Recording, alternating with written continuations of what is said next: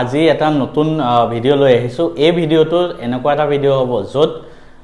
আসামৰ যিবিলাক government exam হয় প্ৰত্যেকটো এক্সাম যেনেকুৱা এডিআৰই আগতে অহা প্ৰশ্ন বা এপিএসসিৰ যিবিলাক ডিপাৰ্টমেন্টাল এক্সাম কণ্ডাক্ট কৰে বা Assam police B Ed D El Ed DHS DME প্ৰত্যেকটো এক্সামৰে মই কি কৰিছো আসাম পাৰ্টৰ পৰা যিখিনি প্ৰশ্ন আহে Assam history Assam geography Assamese literature প্ৰত্যেকখিনি প্ৰশ্ন মই নিজৰ পৰা কাটি উলিয়াইছো ঠিক আছে এই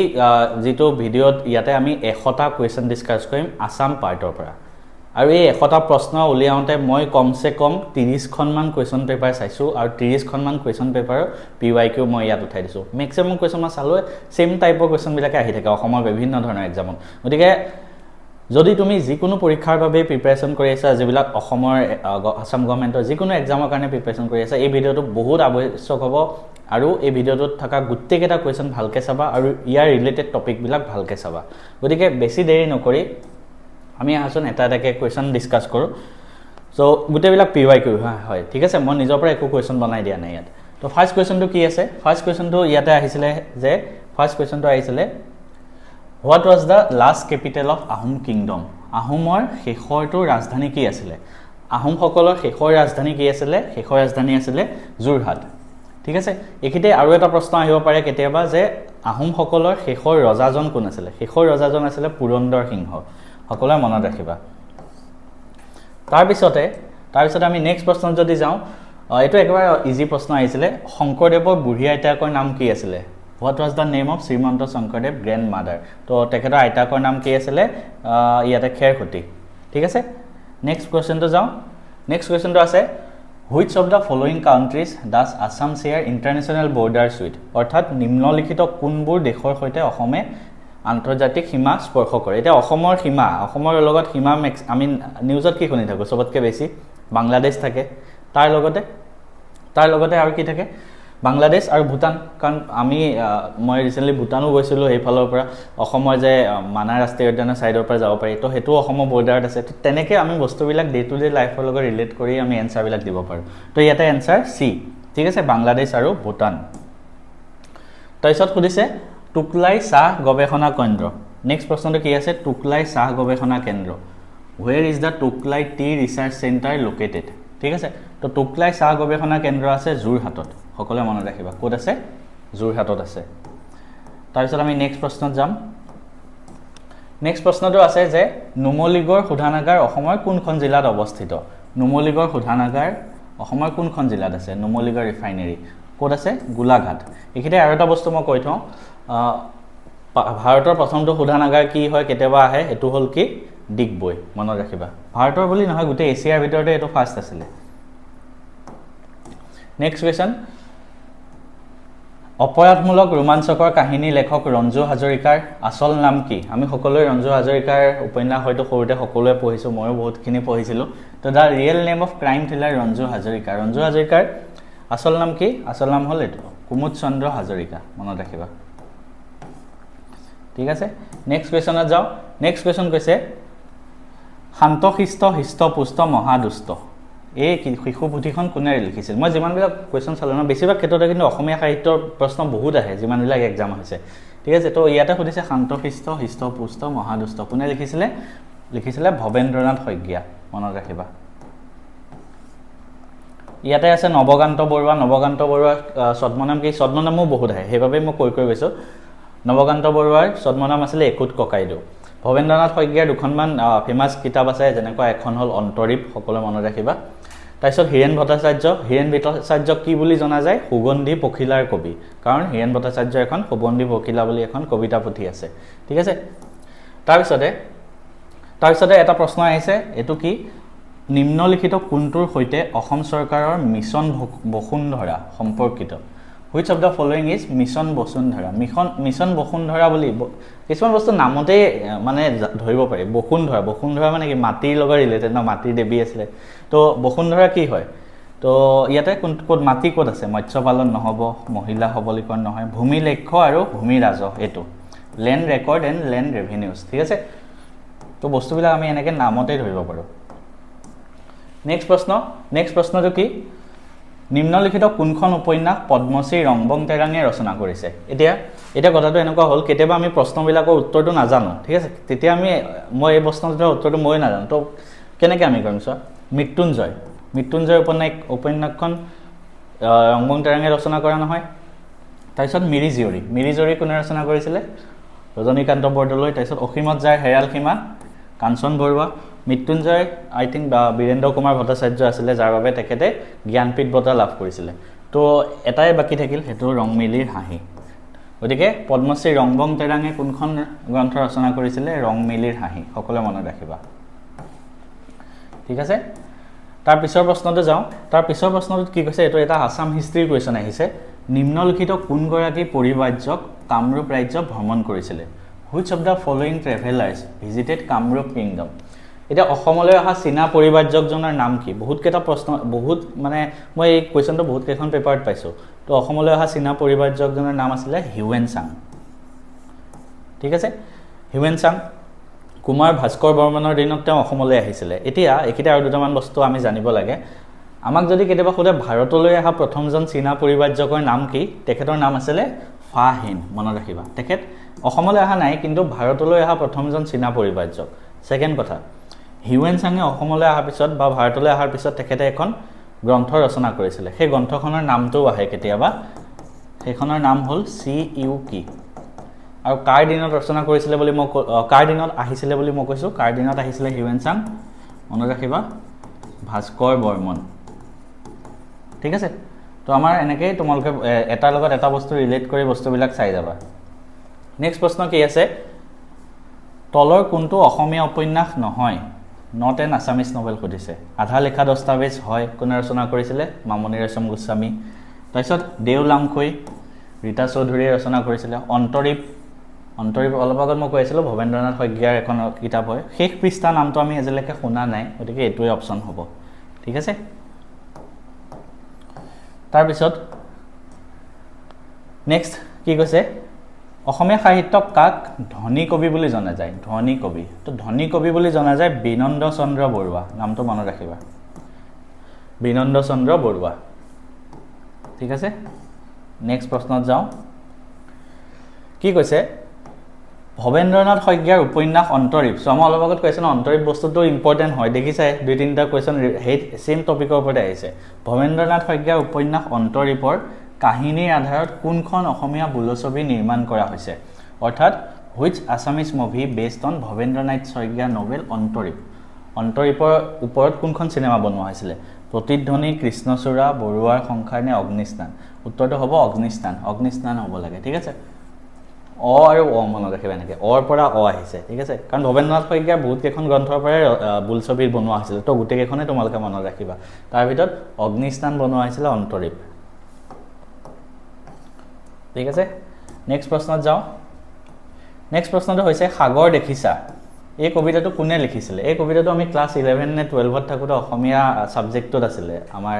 যেতিয়া 11 12ৰ অসমীয়া থাকে আই থিংক 12ত আছিলে চাগে তো সাগৰ দেখিছা কবিতাটো কোনে লিখিছিলে দেৱকান্ত বৰুৱা ঠিক আছে নেক্সট প্ৰশ্ন who played the title role in 1969 version of doctor Bezbaruah অৰ্থাৎ ডক্টৰ বেজবৰুৱা ৰিচেণ্টলি এখন মুভি আহিছিলে ন কিন্তু 1969 চনতে ডক্টৰ বেজবৰুৱা যোনখন প্ৰথম মুভি আছিলে সেইখন আহিছিলে সেই ডক্টৰ বেজবৰুৱাত কোনে মূল ভূমিকা মানে লৈছিলে তাত তেখেতৰ আছিলে নিপন গোস্বামী ঠিক আছে মনত ৰাখিবা অপশ্যন এ নিপন গোস্বামী তাৰপিছত অসমৰ কোনখন জিলাত আজান পীৰৰ দৰগাহ আছে আজান পীৰ দৰগাহ ক'ত আছে অসমৰ শিৱসাগৰত আছে ঠিক আছে শিৱসাগৰত আছে অসমৰ আজান পীৰৰ দৰগাহ তাৰপিছতে which of the following is a hill district of Assam অসমৰ কোনখন এখন পাৰ্বত্য জিলা কাছাৰ নহ'ব কাছাৰ বৰাকত আছে কৰিমগঞ্জ নহ'ব ডিমা হাছাও নে গোলাঘাট ডিমা হাছাও হ'ব ঠিক আছে ডিমা হাছাও এইকেইটা এটা বস্তু মই কৈ থওঁ কৰিমগঞ্জ আৰু কাছাৰ দুইটা বৰাক উপত্যকাত আছে আৰু কৰিমগঞ্জৰ নামটো ৰিচেণ্টলি চেঞ্জ কৰা হৈছিলে আই হোপ চবেই জানা শ্ৰীভূমি দিয়া হৈছিলে ঠিক আছে তো এইবিলাক বস্তু মনত ৰাখি যাবা পঢ়ি যাওঁতে তাৰ পিছৰ প্ৰশ্নটো কি সুগন্ধি পখিলা কবিৰ তাৰ ৰচক কোন হয় তো অলপ আগত মই কৈ আছিলোঁ হীৰেণ ভট্টাচাৰ্যক কি বুলি জনা যায় সুগন্ধি পখিলাৰ কবি গতিকে ইয়াতে অপশ্যন কোনটো হ'ব হীৰেণ ভট্টাচাৰ্য তাৰপিছত দখনা দখনা কোন সম্প্ৰদায়ৰ মহিলাসকলে পৰম্পৰাগত সাজ পোছাক দখনা কোনে পিন্ধে দখনা বড়োসকলে পিন্ধে ঠিক আছে তো বড়োসকলৰ দখনা ইয়াৰ উপৰি বড়োসকলৰ আৰু এটা সাজপাৰ আছে আইৰণাই মনত ৰাখিবা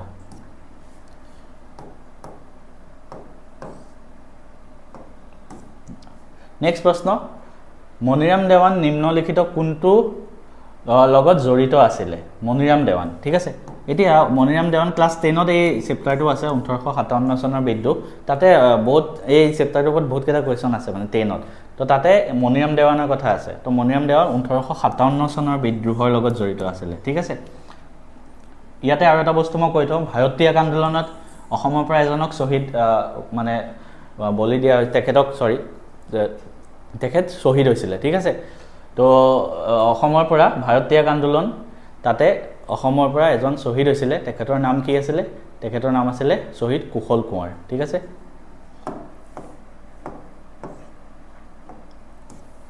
তাৰপিছত সৌৰভ কুমাৰ চলিহা কি সৌৰভ কুমাৰ চলিহা তেওঁ মানে তেখেতৰ আসল নাম এটা বেলেগ আছিল ঠিক আছে সৌৰভ কুমাৰ চলিহা তেওঁৰ ছদ্মনাম আছিল মই আকৌ কৈছো ছদ্মনাম সাহিত্যৰ লগত জড়িত ছদ্মনাম আহিব তাৰপিছত সাহিত্য একাডেমী বঁটা বিজয়ী গ্ৰন্থবিলাক আহিব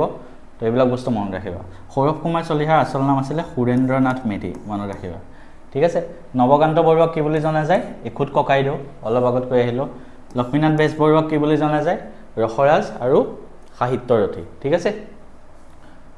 লক্ষ্মীনাথ বেজবৰুৱাৰ একমাত্ৰ উপন্যাস এখন আছে মনত ৰাখিবা কেতিয়াবা এক্সামত আহে কোনোবাই যদি জানা কমেন্ট কৰিবা ঠিক আছে তাৰপিছৰ প্ৰশ্ন আহিছে মামৰে ধৰা তৰুৱাল কোনে ৰচনা কৰিছিল মামৰে ধৰা তৰুৱাল যিসকলে অসমীয়া সাহিত্যৰ লগত জড়িত বা অসমীয়া কিতাপ চিতাপ পঢ়ে বা মোৰ সৰুতে বহুতখিনি অসমীয়া কিতাপ পঢ়িছো যিমানখিনি কিতাপৰ কথা মই এটা কৈ আছো আজিলৈকে মই মানে গোটেই কিতাপখিনি মই নিজে পঢ়া হয় ঠিক আছে সেইভাবে মই ক'ব পাৰিছো গোটেইখিনি এনসাৰ তে এই এখন হল মামৰে ধৰা তৰুৱাল কোনে ৰচনা কৰিছিল আমি সকলোৱে জানো মামনি ৰয়ছম গোস্বামী ঠিক আছে ইয়াৰ উপৰি মামনি আৰু এটা কথা মই এখিতে কৈ দিওঁ মামনি ৰয়ছম গোস্বামীৰ আসল নাম কি হয় বহুতে এটা নাজানে মামনি ৰয়ছম গোস্বামীৰ আসল নাম হল ইন্দিৰা গোস্বামী মনত ৰাখিবা কি নাম ইন্দিৰা গোস্বামী আৰু তেখেতৰ জীৱনত বহুত ঘাত প্ৰতিঘাত আছে তো তাৰ লগত জড়িত তেখেতে বহুত কেইখন গ্ৰন্থ ৰচনা কৰি আছিল যেনেকৈ এখন আছিল আধা লেখা দস্তাবেজ এখন মামৰে ধৰা তৰুৱাল তাৰপিছতে হিষ্ট্ৰী ৰিলেটেড এটা প্ৰশ্ন আহিছে নিম্নলিখিত কোনজন মুছলমান সেনাপতিৰ বিপক্ষে মুলা গাভৰুৱে যুদ্ধ কৰিছিল which of the following Muslim commanders did মুলা গাভৰু ফাইট উইথ মুলা গাভৰুৱে কাৰ লগত যুদ্ধ কৰিছিল তুৰ্বক ঠিক আছে মনত ৰাখিবা তুৰ্বক খান তাৰ পিছৰ প্ৰশ্নটো হ'ল নিম্নলিখিত কোনখন জিলা বৰাক উপত্যকাত অৱস্থিত কোনখন আমি দেখিলে গম পাম হাইলাকান্দি ঠিক আছে হাইলাকান্দি কি বৰাক উপত্যকাত হাইলাকান্দি তাৰপিছত কাছাৰ আৰু শ্ৰীভূমি আগতে যোনখন কৰিমগঞ্জ বুলি কোৱা হৈছিল এখন এতিয়া শ্ৰীভূমি হ'ল আলি আই লিগাং কোনটো সম্প্ৰদায়ৰ লগত জড়িত মিচিং ঠিক আছে মিচিং সম্প্ৰদায়ৰ লগত জড়িত আলি আই লিগাং কেতিয়া পালন কৰা হয় ফাগুন মাহৰ প্ৰথমটো বুধবাৰে আলি আই লিগাং পালন কৰা হয় আমি একদম সৰুতে পঢ়িছিলো সমাজ বিজ্ঞান পাঠত তাৰপিছতে কাৰ্বি আংলং জিলাৰ পূৰ্বৰ নাম কি আছিল এটো কেতিয়াবা আহে কাৰ্বি আংলঙৰ আগৰ নাম কি আছিল কাৰ্বি আংলঙৰ মিকিৰ হিলছ ডিস্ট্ৰিক্ট মনত ৰাখিবা মিকিৰ পাৰ্বত্য জিলা আছিল কাৰ্বি আংলং জিলাৰ আগৰ নাম ঠিক আছে তাৰপিছত আৰু এটা প্ৰশ্ন এই প্ৰশ্নটো কি গুভা ৰজাটো কিহৰ লগত জড়িত মানে কোনটো সম্প্ৰদায়ৰ লগত জড়িত গুভা ৰজা তিৱা সকলৰ লগত জড়িত আৰু একিটা এটা বস্তু মনত পৰিছে মোৰ জুনবিল মেলা ইয়াৰ লগতে ৰিলেটেড হয় তো জুনবিল মেলা ক'ত হয় আমি সকলোৱে জানো মৰিগাঁও ডিস্ট্ৰিক্টত হয় য'ত এতিয়াও বিনিময় প্ৰথা চলে ঠিক আছে আৰু এটা কথা কৈ থওঁ এই গোটেই বস্তুবিলাক যি এক্সামৰ কাৰণে প্ৰিপেয়াৰ নকৰা আমাৰ ফুল কোৰ্স আছে মহাবাহু বুলি এটা বেচ আছে তাতে কমপ্লিট মই গোটেইবিলাক পঢ়াই দিওঁ history geography political science economics তাৰপিছত মেথছ ৰিজনিং ইংলিছ যি এক্সামৰ কাৰণে প্ৰিপেয়াৰ নকৰা ঠিক আছে ইণ্ডিয়ান পাৰ্টখিনিও পঢ়াওঁ আসাম জিকে পাৰ্টখিনিও পঢ়াওঁ ইয়াৰ উপৰি মেথছ ৰিজনিং ইংলিছ প্ৰত্যেকটো বস্তুৱে দিয়া হয় আমাৰ মেথছ এণ্ড ফিজিক্স এপটো ডাউনলোড কৰি তাতে মহাবাহু বুলি সাৰ্চ কৰিলে পাই যাবা আৰু তাত উপৰি তাত নোটছবিলাক দিয়া হয় চেপ্টাৰ ৱাইজ ধুনীয়াকৈ মক টেষ্ট দিয়া হয় আৰু প্ৰত্যেকটো বস্তু মানে সেই পাৰ্টিকুলাৰ বেটছটো এনেকুৱাকৈ টাৰ্গেট কৰিছোঁ সেইটোৰ বাহিৰত যাতে বেলেগ একো কোনেও বেলেগ একো পঢ়িব নালাগে ইয়াৰ পৰা এটা ই বুকো বনাই দিয়া আছে প্ৰেক্টিছৰ বাবে অসমৰ কোন সম্প্ৰদায়ত চকলং প্ৰথাৰে বিয়া হয় চকলং আহোমসকলৰ হয় ঠিক আছে বিষ্ণুপ্ৰসাদ ৰাভাক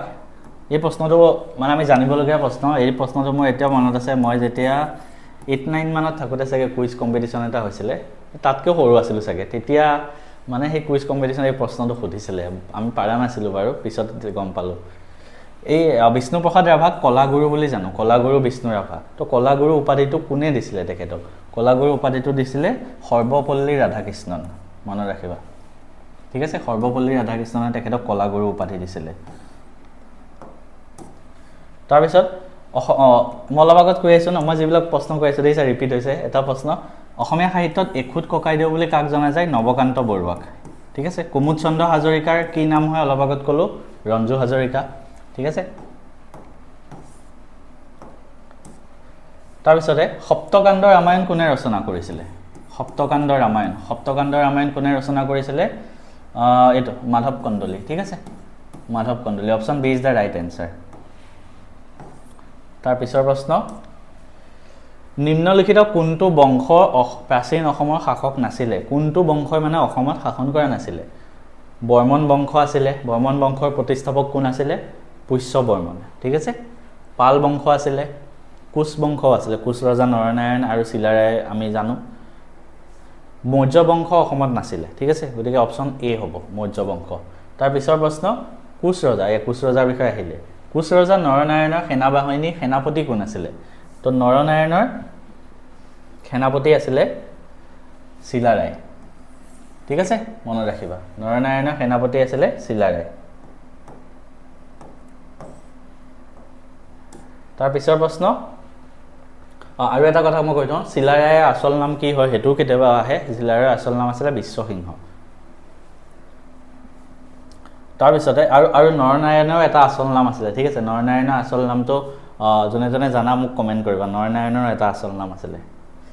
শৰাইঘাটৰ যুদ্ধত লাচিত বৰফুকনৰ হাতত পৰাজিত হোৱা মোগল সেনাৰ সেনাপতি কোন আছিলে শৰাইঘাটৰ যুদ্ধ আছিলে আহোম আৰু মোগলৰ শেষৰখন যুদ্ধ আৰু সেই আহোম আৰু মোগলৰ শেষৰ যুদ্ধত মোগলৰ ফালৰ পৰা ৰাম সিং আহিছিলে ঠিক আছে ৰাম সিং তাৰপিছত নেক্সট আৰু এটা প্ৰশ্ন কি আহিছে মিলাব আহিছে এইখিনি APSCৰ কিছুমান ডিপাৰ্টমেণ্টেল এক্সামৰ পৰা লোৱা হৈছে যিহেতু তো এইখিনি তাত আহিছিলে মিলাব আহিছে এটা কিছুমান বস্তু মিলাব আহিলে আমি নাজানিব পাৰোঁ ঠিক আছে হ'লেও আমি চেষ্টা কৰিম অলকানন্দাখন ৰচনা কৰিছিলে নলিনীৱালা দেৱীয়ে ঠিক আছে অঘৰী আত্মাৰ কাহিনী নগেন শইকীয়া সৈয়দ আব্দুল মালিক আছিলে অঘৰী আত্মাৰ কাহিনীৰ ৰচক পিতা পুত্ৰ উপন্যাসখন আমি সকলোৱে জানো হোমেন বৰগোহাঞিয়ে ৰচনা কৰিছিলে তো লাষ্টত এজন থাকিলে আন্ধাৰত নিজৰ মুখ এইটো ময়ো নাজানিছিলোঁ এইটো কোনটো অপশ্যন হ'ব নগেন শইকীয়া গতিকে আমি গম পাই গ'লোঁ তো তেনেকৈ অপশ্যনবিলাক আমি মিলাব পাৰোঁ নেক্সট প্ৰশ্ন ব্ৰজাৱলী ভাষাটো কি ভাষা ব্ৰজাৱলী ভাষাটো কি ভাষাৰ মিশ্ৰণ হয় সেইটো সুধিছে সকলোৱে মনত ৰাখিবা ব্ৰজাৱলী ভাষাটো অসমীয়া প্লাছ মৈথিলী এই দুইটা ভাষাৰ সংমিশ্ৰণ হ'ল ব্ৰজাৱলী ভাষা ক'ত আছে অপশ্যনত মৈথিলী এইটো ঠিক আছে option B is the right answer next প্ৰশ্ন the author of the book ইয়াত এখন অৰণ্য আছিলে এই কিতাপখন মই যোৱা বছৰ পঢ়িছিলোঁ ইয়াত এখন অৰণ্য আছিলে এইখন ৰচনা কৰিছিলে অনুৰাধা শৰ্মা পূজাৰী বাইদেৱে ঠিক আছে অনুৰাধা শৰ্মা পূজাৰী মনত ৰাখিবা ৰীতা চৌধুৰীৰ কেইখনমান উপন্যাস যেনেকৈ মাকাম দেউলাংকৈ এইবিলাক বস্তু মনত ৰাখি গৈ থাকিবা অনুৰাধা শৰ্মা পূজাৰী আৰু এখন উপন্যাস বহুত ফেমাছ কলেজৰ ষ্টুডেণ্টবিলাকৰ মাজত নাহৰৰ নিৰিবিলি চাওঁ বুলি ঠিক আছে তাৰপিছত the least of national park wild life sanctuaries আৰু ডিষ্ট্ৰিক্ট মানে এফালে ৰাষ্ট্ৰীয় উদ্যান বা অভয়াৰণ্য আছে আৰু এফালে কোনখন জিলাত আছে তো আমি চব বস্তু আমি নাজানিবও পাৰোঁ আমি মিলাই চাম ঠিক আছে নামেৰি আছে শোণিতপুৰ জিলাত সেইটো বস্তু জানিমেই আমি তাৰপিছত পবিতৰা আছে মৰিগাঁও এইটোও জানো মানাহ আছে যোৰহাটত মানাহ থাকিবই নোৱাৰে মানাহ আছে চিৰাং আৰু বাক্সা তো লাষ্টত থাকিল গিবন তো এটা নতুন কথা গম পালোঁ গিবন অভয়াৰণ্য যোৰহাটত আছে ঠিক আছে তাৰ পিছৰ প্ৰশ্ন অসম ৰাজ্যিক সংগ্ৰহালয় ক'ত আছে গুৱাহাটীত মনত ৰাখিবা গুৱাহাটীত আছে মিউজিয়ামটো আহোমৰ শেষৰ গৰাকী স্বৰ্গদেউ কোন আছিলে মই অলপ আগতেও কৈ আছিলোঁ একদম যেতিয়া মই ষ্টাৰ্টিঙতে আহোমৰ শেষৰ ৰজা আছিলে পুৰন্দৰ সিংহ মনত ৰাখিবা আৰু আহোমৰ শেষৰ ৰাজধানী আছিলে যোৰহাট আহোমৰ প্ৰথম ৰজা কোন আছিলে চুকাফা তাৰপিছত অসমৰ প্ৰথম গৰাকী মহিলা মুখ্যমন্ত্ৰী the first female chief minister of Assam কোন আছিলে সৈয়দ আনোৱাৰা তাইমুৰ নামটো মনত ৰাখিবা অসমৰ প্ৰথম মুখ্যমন্ত্ৰী আছিলে গোপীনাথ বৰদলৈ যদি মহিলা মুখ্যমন্ত্ৰী সোধে তেখেতৰ নাম হ'ল সৈয়দা আনোৱাৰা তাইমুৰ অসমৰ পুলিচ প্ৰশিক্ষণ মহাবিদ্যালয়খন ক'ত আছে অসমৰ পুলিচ ট্ৰেইনিং কলেজ ক'ত আছে পুলিচ ট্ৰেইনিং একাডেমীখন ক'ত আছে ইয়াতে নগাঁও দেৰগাঁও ডিগবৈ ক'ত দেৰগাঁও যোৰহাটৰ আৰু এইখনৰ নামটো কি কাৰ নামত ৰখা হৈছে লাচিত বৰফুকনৰ নামত ৰখা হৈছে ঠিক আছে আমি নেক্সট কুৱেশ্যনত যাওঁ গৰম পানী অভয়াৰণ্য ক'ত আছে গৰম পানী আমাৰ অসমতে আছে ডিফুত ঠিক আছে কাৰ্বি আংলঙৰ ডিফুত আছে গৰম পানী নেক্সট প্ৰশ্ন কাৰ ৰাজত্বকালত হিউমেন চাং আহিছিলে কামৰূপলৈ অলপ আগত কৈ আছোঁ ন বস্তুবিলাক ৰিলেটেড আছে দেই চেম টপিকৰ পৰা প্ৰশ্নবিলাক আহি আছে হিউমেন চাং কাৰ ৰাজত্বকালত আহিছিলে ভাস্কৰ বৰ্মন অলপ আগত আমি কৈ আহিলোঁ চেম প্ৰশ্ন 1942 চনৰ ভাৰত ত্যাগ আন্দোলনত কোনজনক ফাঁচি দিয়া হৈছিলে অলপ আগত আমি বস্তুটো ক'লোঁ কাক দিয়া হৈছিলে কুশল কোঁৱৰ ঠিক আছে তো এইবিলাক বস্তু ৰিলেটেড হৈ থাকে অসমৰ একমাত্ৰ মালভূমি কি হয় কাৰ্বি মালভূমি মনত ৰাখিবা অপশ্যন বি কাৰ্বি মালভূমি তাৰপিছত বহুতকেইটা কুৱেশ্যন আমি কৰি আছোঁ ন দুটামান তোমালোকে কমেণ্ট দিবৰ কাৰণে কৈছোঁ ঠিক আছে শালস্তম্ভৰ সময়ত কোনটো মন্দিৰ নিৰ্মাণ কৰা হৈছিলে ভুৱনেশ্বৰী কামাখ্যা মহামায়া নে মহাভৈৰৱ ঠিক আছে শালস্তম্ভ ডাইনেষ্টি টাইমত সকলোৱে কমেণ্ট কৰিবা এই কুৱেশ্যনটো এনচাৰ কি হয় এইটো কুৱেশ্যন ঠিক আছে নিজে চোৱা নোৱাৰিলে চোৱা তাৰপিছত কোনটো অপশ্যন হয় সকলোৱে কমেণ্ট কৰিবা নেক্সট আৰু এটা কুৱেশ্যন কমেণ্ট কৰা এইটো কি শৰাইঘাট দলং কেতিয়া নিৰ্মাণ কৰা হৈছিলে শৰাইঘাট দলং কোন চনত আহিছিলে ঠিক আছে সেইটো কমেণ্ট কৰা নেক্সট প্ৰশ্নত যাওঁ অসমীয়া ভাষাৰ প্ৰথমখন আলোচনী ফাৰ্ষ্ট আছামিজ মেগাজিন কোনখন হয় আমি সকলোৱে জানো অৰুণোদয় 1846ত আৰম্ভ হৈছিলে মনত ৰাখিবা ঠিক আছে আৰু অৰুণোদয়ৰ প্ৰথম সম্পাদক কোন সেইটো প্ৰশ্নও কেতিয়াবা আহিব পাৰে মনত ৰাখিবা তেখেতৰ নাম হ'ল নাথান ব্ৰাউন ঠিক আছে কি নাম নাথান ব্ৰাউন নেক্সট ৰাজ্যসভাত অসমৰ সাংসদৰ সংখ্যা 7জন ঠিক আছে ভাৰতত দুটা সদন আছে ঠিক আছে এটা আপাৰ হাউচ এটা লোৱাৰ হাউচ আপাৰ হাউচটোৰ নাম হ'ল ৰাজ্যসভা আৰু লোৱাৰ হাউচটোৰ নাম হ'ল লোকসভা ৰাজ্যসভাত অসমৰ পৰা 7জন এমপি গৈছে তো লোকসভাত কেইজন গৈছে 14জন মনত ৰাখিবা ঠিক আছে তাৰপিছত কোনগৰাকী ৰজাৰ দিনত মহাপুৰুষ শ্ৰীমন্ত শংকৰদেৱে এক শৰণ নাম ধৰ্মৰ প্ৰতিষ্ঠা কৰিছিলে নৰনাৰায়ণ ঠিক আছে নৰনাৰায়ণ নামটো মনত ৰাখিবা কোচ ৰজা নৰনাৰায়ণ তাৰপিছৰ প্ৰশ্নটো হ'ল শিৱদৌল কোনগৰাকী ৰাণীয়ে নিৰ্মাণ কৰিছিলে Sivadol was constructed by which queen কোনগৰাকী ৰাণী অম্বিকা ৰাণী ঠিক আছে অম্বিকা ক'ত আছে এইটো অম্বিকা ৰাণী তেখেতৰ কাৰ পত্নী আছিলে তেখেত আছিলে শিৱসিংহৰ পত্নী ঠিক আছে শিৱসিংহৰ পত্নী আছিলে অম্বিকা কৰি আৰু তেখেতে শিৱদৌল নিৰ্মাণ কৰিছিলে নেক্সট কুৱেশ্যন মহাৰাজা ধীৰাজ বুলি কাক জনা যায় মহাৰাজা ধীৰাজ এইটো আই থিংক ভাস্কৰ বৰ্মন হ'ব লাগে ঠিক আছে তোমালোকে এই বস্তুটো চাবা এইটো কুৱেশ্যন ভাস্কৰ বৰ্মন হ'ব লাগে এইটো তাৰ পিছৰ প্ৰশ্নটো অলপ আগত মই কৈ আছিলোঁ লক্ষ্মীনাথ বেজবৰুৱাই ৰচনা কৰা তেখেতেতো বহুত ৰচনা কৰিছে কিন্তু উপন্যাস এখনেই ৰচনা কৰিছিলে আৰু সেই উপন্যাসখনৰ কেতিয়াবা সুধিব পাৰে বুলি কৈছিলে ন এইটো আহিলে চোৱা লক্ষ্মীনাথ বেজবৰুৱাই ৰচনা কৰা একমাত্ৰ উপন্যাসখন কি হয় পদুম কোঁৱৰী এইটো ঠিক আছে পদুম কোঁৱৰী হ'ল তেখেতৰ একমাত্ৰ উপন্যাস নেক্সট প্ৰশ্ন ডক্টৰ ভৱেন্দ্ৰনাথ শইকীয়াৰ কোনখন বোলছবি বানপ্ৰস্থ নামৰ চুটি গল্পৰ ওপৰত আধাৰিত অগ্নিস্নান সন্ধ্যাৰাগ সাৰথী নে কোলাহল ইয়াৰ অপশ্যনটো হ'ব সন্ধ্যাৰাগ ইয়াৰ এনচাৰ মানে ভৱেন্দ্ৰনাথ শইকীয়াৰ মই অলপ আগতো কৈ আছিলোঁ এখন উপন্যাস আছিলে অন্তৰীপ ঠিক আছে অন্তৰীপ সেই অন্তৰীপ উপন্যাসখনৰ আধাৰত এই অগ্নিস্নান ছবিখন ৰচনা কৰিছিলে আৰু এটা তেওঁৰ চুটি গল্প আছিলে বানপ্ৰস্থ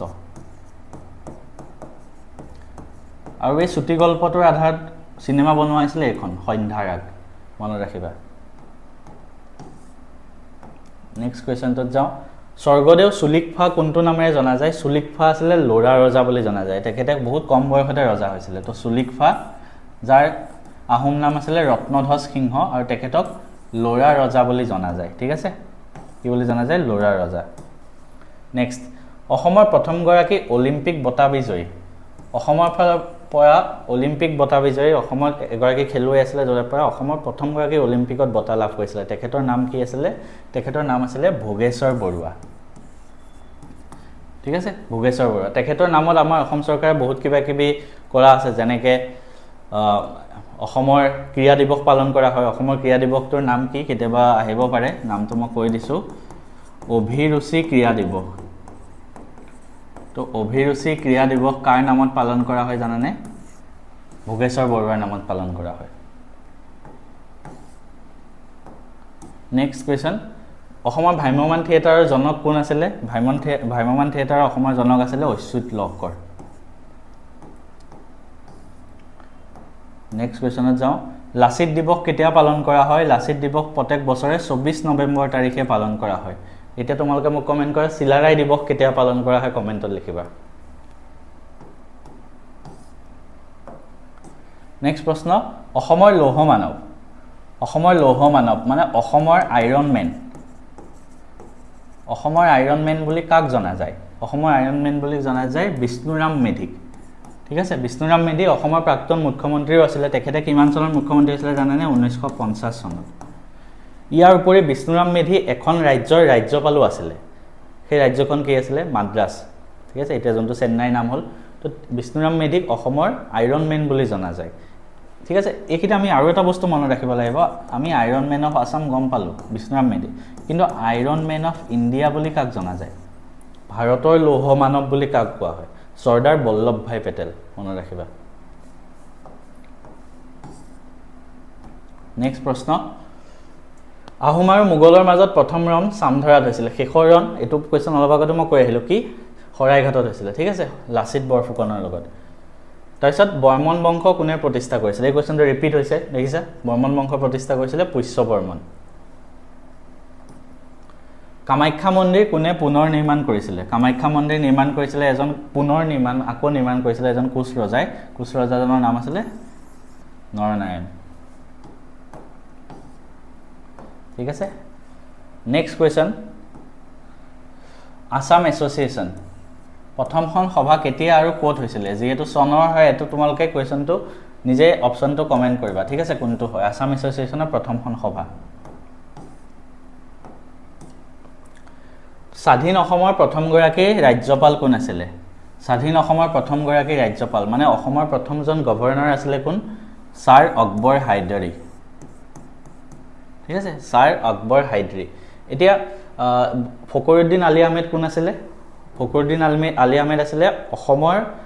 পৰা ৰাষ্ট্ৰপতি বুলি কোৱা হয় তেখেতক ভাৰতৰ প্ৰথম মানে 5 নম্বৰজন ৰাষ্ট্ৰপতি আছিলে 5th ঠিক আছে এটা কথা তোমালোকে জানানে এজন মানুহ এখন ষ্টেটৰ ৰাজ্যপাল হ'ব গভৰ্ণৰ তো সেই মানুহজন সেইখন ষ্টেটৰ বাসিন্দা হ'ব নহ'ব মানে ঠিক আছে এইটো আমাৰ ভাৰতীয় সংবিধানৰ ৰুল হয় যোনখন ৰাজ্যৰ গভৰ্ণৰ হ'ব ৰাজ্যপাল হ'ব সেই ৰাজ্যখনৰ মানুহ নহ'ব অৰুণোদয়ৰ প্ৰথমগৰাকী সম্পাদক আছিলে নাথান ব্ৰাউন এডিটৰ ঠিক আছে কিমান চনত আহিছিলে 1846 অসমৰ প্ৰথমখন এইটোতো অলপ আগত আমি কৈ আহিলোঁ নেক্সট কোৱেশ্চন অভিৰুচি ক্ৰীড়া দিৱস কোৱেশ্চনটো অলপ আগত ক'লোঁ অভিৰুচি ক্ৰীড়া দিৱস কাৰ জন্মদিন হয় অভিৰুচি ক্ৰীড়া দিৱস ভোগেশ্বৰ বৰুৱা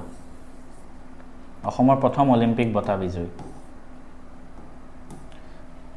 নেক্সট কোৱেশ্চন আছে এই কোৱেশ্চনটো আই থিংক তোমালোকে শুনি চাবা যিসকল সেইখন জিলাৰ মানুহ গম পাবা প্ৰাচীন চহৰ বেংমাৰা বুলি এখন চহৰ আছিলে সেই চহৰখনক বৰ্তমান অসমৰ কোনখন জিলা কোৱা হয় জানেনে তিনিচুকীয়াৰ পৌৰাণিক নাম আছিলে বেংমাৰা মনত ৰাখিবা নেক্সট কছাৰী ৰজাৰ শেষ ৰাজধানী the last capital of Kachari king Khaspur ঠিক আছে খাছপুৰ তাৰপিছত কোৱা হৈছে কোন চনত অসমৰ ৰাজধানী শ্বিলঙৰ পৰা দিছপুৰলৈ নিয়া হৈছে কমেণ্ট কৰিবা এইটো ঠিক আছে গোটেইকেইটা কুৱেশ্যন মই কৈ আছোঁ এইটো কুৱেশ্যন কমেণ্ট কৰিবা কোনটো অপশ্যন হয় ঠিক আছে নেক্সট কুৱেশ্যনটো মেডাম মেফি কেতিয়া পালন কৰা হয় অসমত 31 জানুৱাৰী তাৰিখে নেক্সট কুৱেশ্যন কি কৈছে Who was the first president of Assam Assam সাহিত্য সভাৰ প্ৰথম সভাপতি কোন আছিলে পদ্মনাথ গোহাঁই বৰুৱা ঠিক আছে মনত ৰাখিব Padmanath Gohain Barua Now next question কি Who was the first ruler of Assam who established the Bormon dynasty অলপ আগত এই কোৱেশ্যন ৰিপিট হৈ আছে দেখিছা না তো বৰ্মন বংশৰ প্ৰতিষ্ঠাপক আছিলে পুষ্য বৰ্মন আকৌ এবাৰ আহিছে তিনিবাৰ আহিছে এইটো প্ৰশ্ন কোনজন আহোম ৰজা বামুণী কোঁৱৰ বুলি জনা যায় বামুণী কোঁৱৰ তো বামুণী কোঁৱৰ বুলি কাক জনা যায় জানানে বামুণী কোঁৱৰ সুদাংফা তেখেতৰ নাম কি সুদাংফা মনত ৰাখিবা নেক্সট কুৱেশ্যনত যাওঁ বদন বৰফুকনক কোনে হত্যা কৰিছিলে ক'ত আছিলে ৰূপ সিং সুবেদাৰ মাধৱ জামুলী ভূতাই ডেকা ৰাঘৱ আই থিংক ৰাঘৱ হ'ব এনচাৰটো ঠিক আছে ৰাঘৱ in which district of Assam is the Panidihing bird century located Panidihing অভয়াৰণ্য পানীদিহিং আছে শিৱসাগৰত ক'ত আছে এইটো option Sivasagar next question in which district of Assam is the পিকক আইলেণ্ড মানে যোনটো উমানন্দ ন সেইটো কথা কৈছে উমানন্দ ক'ত আছে গুৱাহাটীত আছে কোনটো হ'ব Kamrup metro' which Assamese playwright and actor is known as Natasurya বুলি কাক জনা যায় ফণী শৰ্মাক নটসূৰ্য বুলি জনা যায় মোৱামৰীয়া বিদ্ৰোহ আৰম্ভ হৈছিলে 1769 তো আমাক কুৱেশ্যনটোত কি সুধিছে কাৰ ৰাজত্বকালত কোনজন আহোম ৰজাৰ ৰাজত্বকালত মোৱামৰীয়া বিদ্ৰোহ হৈছিলে আৰম্ভ লক্ষ্মী সিংহ স্বৰ্গদেউ লক্ষ্মী সিংহ ঠিক আছে নেক্সট কুৱেশ্যনত যাওঁ the first pigeon uprising in Assam অসমৰ প্ৰথমটো মানে কৃষকসকলৰ বিদ্ৰোহ অসমৰ প্ৰথমটো কৃষকসকলৰ বিদ্ৰোহ আছিলে ফুলগুৰি ধাবা ক্লাছ 10ত আছে এইটো বস্তু ফুলগুৰি ধাবা 1861ত হৈছিলে মনত ৰাখিবা ঠিক আছে ফুলগুৰি ধাবা অপশ্যন এ হ'ব ইয়াত next question what is the state tree of Assam অসমৰ ৰাজ্যিক মানে কি হ'ব গছ ৰাজ্যিক বৃক্ষ অসমৰ ৰাজ্যিক বৃক্ষ কি চেগুন হলং বেম্বু নে এইটো হলং হ'ব ঠিক আছে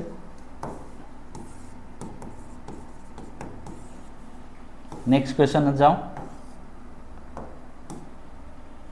Jnanpith award was conferred to Birendra Kumar Bhattacharya for his book Birendra Kumar ভট্টাচাৰ্যক জ্ঞানপীঠ বঁটা দিয়া হৈছিলে কোনখন কিতাপৰ বাবে মই আই থিংক এইটো বস্তু মই অলপ কৈছিলোঁ ষ্টাৰ্টিঙত মৃত্যুঞ্জয়ৰ বাবে দিয়া হৈছিলে ঠিক আছে মৃত্যুঞ্জয়ৰ বাবে দিয়া হৈছিলে অসমৰ পৰা জ্ঞানপীঠ বঁটা বিজয়ী 3জন আছে কোন বীৰেন্দ্ৰ কুমাৰ ভট্টাচাৰ্য আৰু মামণি ৰয়ছম গোস্বামী আৰু ৰিচেণ্টলি পাইছে আই থিংক 2-3 বছৰ আগতে নীলমণি ফুকন মনত ৰাখিবা নামকেইটা নেক্সট প্ৰশ্ন which is the highest district in area মানে অসমৰ এৰিয়াৰ ভিত্তিত আটাইতকৈ ডাঙৰ কোনখন জিলা বুলি সুধিছে কাৰ্বি আংলং হ'ব আই থিংক ঠিক আছে কাৰ্বি আংলং এইকেইটাই প্ৰশ্ন আছিলে আমি 100 কুৱেশ্যনছ কমপ্লিট কৰিলোঁ আৰু অসমৰ বিভিন্ন পৰীক্ষাত অহা গোটেই 100 কুৱেশ্যনছ কমপ্লিট কৰি দিলোঁ এটা দুটা মিষ্টেকো হ'ব পাৰে কিবা